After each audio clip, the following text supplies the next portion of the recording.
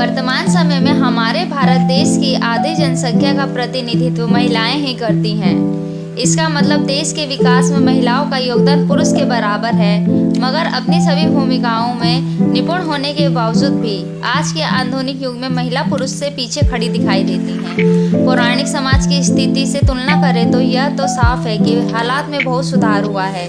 महिलाएं पहले से कहीं ज़्यादा तेज गति से अपने सपने पूरे कर रही हैं, परंतु इसके बावजूद महिलाओं का विकास हर दिशाओं में समान नहीं दिखता, खासकर ग्रामीण इलाकों में। पिछले कुछ वर्षों में स्त्रियों को उनका हक दिलाने के संदर्भ में काफ़ी कानून पारित हुए हैं। अगर इतने कानूनों का सचमुच पालन होता तो भारत में स्त्रियों के साथ भेदभाव और अत्याचार अब तक खत्म हो जाना चाहिए था, परंतु महिलाओं को घरेलू हिंसा, लिंग भेद आदि परेशानियों का सामना करना पड़ता है।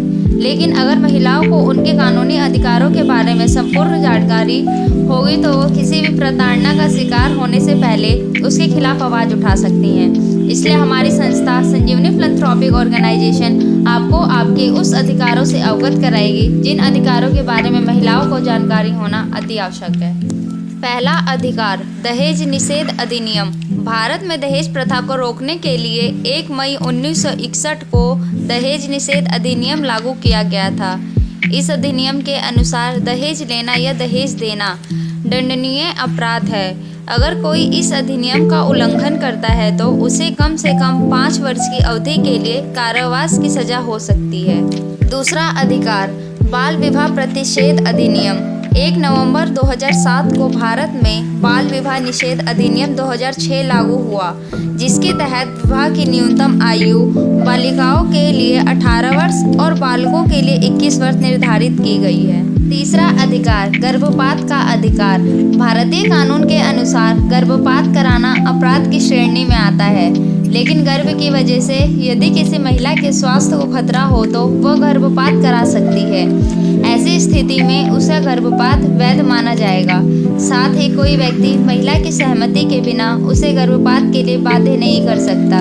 यदि वो ऐसा करता है तो महिला कानूनी दावा कर सकती है। चौथा अधिकार, मातृत्व लाभ का अधिकार। मातृत्व लाभ अधिनियम 1961 के तहत प्रत्येक वर्किंग महिला को अपने और अपने बच्चे की देखभाल के लिए काम से फुल पेड लीव का अधिकार देता है। कोई भी संगठन जिसमें 10 से अधिक कर्मचारी है इस अधिनियम का पालन करने के लिए बाध्य है। पांचवा अधिकार, गिरफ्तारी का अधिकार। भारतीय नागरिक प्रक्रिया संहिता 1973 की धारा 46 के अनुसार किसी भी महिला को सुबह 6 बजे से पहले और शाम को 6 बजे के बाद गिरफ्तार नहीं किया जा सकता, भले ही पुलिस के पास गिरफ्तारी वारंट हो। इतना ही नहीं, एक महिला को पूछताछ के लिए थाने जाने के लिए मजबूर नहीं किया जा सकता। क्रिमिनल प्रोसीजर कोड की धारा 160 के तहत महिलाएं ये मांग कर सकती हैं कि किसी कांस्टेबल परिवार के सदस्यों या दोस्तों की मौजूदगी में उनसे पूछताछ की जाए। छठा अधिकार, समान पारिश्रमिक अधिनियम। समान पारिश्रमिक अधिनियम 1976 के अंतर्गत पुरुष और महिला कामगारों को समान पारिश्रमिक का भुगतान करना आवश्यक है। वेतन या मजदूरी में लिंग के आधार पर किसी के साथ भी भेदभाव नहीं किया जा सकता। सातवां अधिकार, संपत्ति का अधिकार। हिंदू उत्तराधिकार अधिनियम के तहत नए नियमों के आधार पर पुश्तैनी संपत्ति पर महिला और पुरुष दोनों का बराबर हक है। आठवां अधिकार, घरेलू हिंसा के खिलाफ अधिकार। भारतीय संविधान की धारा 498 के अंतर्गत पत्नी, महिला, लिव इन पार्टनर या किसी घर में रहने वाली महिला को घरेलू हिंसा के खिलाफ आवाज़ उठाने का अधिकार मिला है। पति, मेल लिव इन पार्टनर या रिश्तेदार अपने परिवार के महिलाओं के खिलाफ जुबानी, आर्थिक, जज्बाती या यौन हिंसा नहीं कर सकते। आरोपी को 3 साल गैर जमानती कारावास की सजा हो सकती है या जुर्माना भरना पड़ सकता है। 9वां अधिकार, मुफ्त कानूनी मदद के लिए अधिकार। दुष्कर्म की शिकार हुई किसी भी महिला को मुफ्त कानूनी मदद पाने का पूरा अधिकार है। SHO स्टेशन हाउस ऑफिसर के लिए यह जरूरी है कि वह लीगल सर्विस अथॉरिटी को वकील की व्यवस्था करने के लिए सूचित करे। 10वां अधिकार, दफ्तर या कार्यस्थल पर उत्पीड़न से सुरक्षा।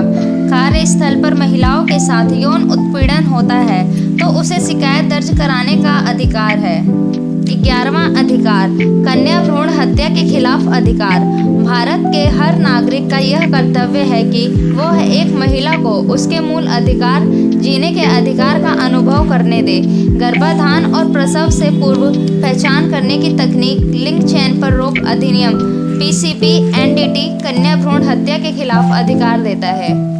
12वां अधिकार, नाम न छापने का अधिकार। यौन उत्पीड़न की शिकार महिलाओं को नाम न छापने देने का अधिकार है। अपनी गोपनीयता की रक्षा करने के लिए यौन उत्पीड़न की शिकार हुई महिला अकेले अपना बयान किसी महिला पुलिस अधिकारी की मौजूदगी में या फिर जिला अधिकारी के सामने दर्ज करा सकती है। 13वां अधिकार, वर्चुअल शिकायत दर्ज करने का अधिकार। कोई भी महिला वर्चुअल तरीके से अपनी शिकायत दर्ज कर सकती है। इसमें वह ईमेल का सहारा ले सकती है। महिला चाहे तो रजिस्टर्ड पोस्टल एड्रेस के साथ पुलिस थाने में चिट्ठी के जरिए अपनी शिकायत भेज सकती है। इसके बाद एसएचओ महिला के घर पर किसी कांस्टेबल को भेजेगा जो बयान दर्ज करेगा। 14वां अधिकार, गरिमा और शालीनता का अधिकार। महिला को गरिमा और शालीनता से जीने का अधिकार मिला है।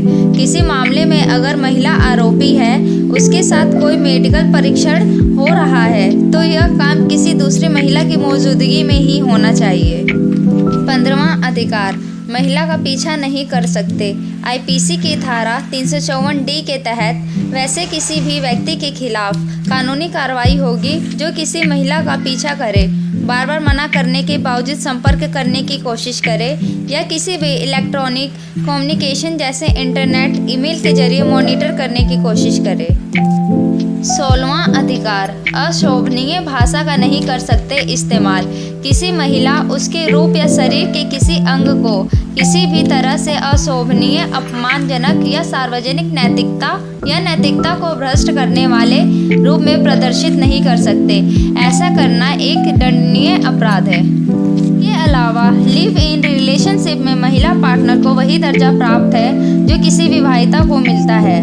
और लिव इन रिलेशनशिप संबंधों के दौरान यदि पार्टनर अपनी जीवन साथी को मानसिक या शारीरिक प्रताड़ना दे तो पीड़ित महिला घरेलू हिंसा कानून की सहायता ले सकती है तथा लिव इन रिलेशनशिप से पैदा हुई संतान वैध मानी जाएगी और उसे भी संपत्ति में हिस्सा पाने का अधिकार होगा। अपने अधिकारों को पहचानिए और उसका सही उपयोग करें। किसी भी तरह की निःशुल्क कानूनी सलाह हेतु हमारी संस्था संजीवनी फिलैंथ्रोपिक ऑर्गेनाइजेशन की ईमेल आईडी पर अपनी समस्या लिखकर भेजें या नीचे दिए गए नंबर पर कॉल करें।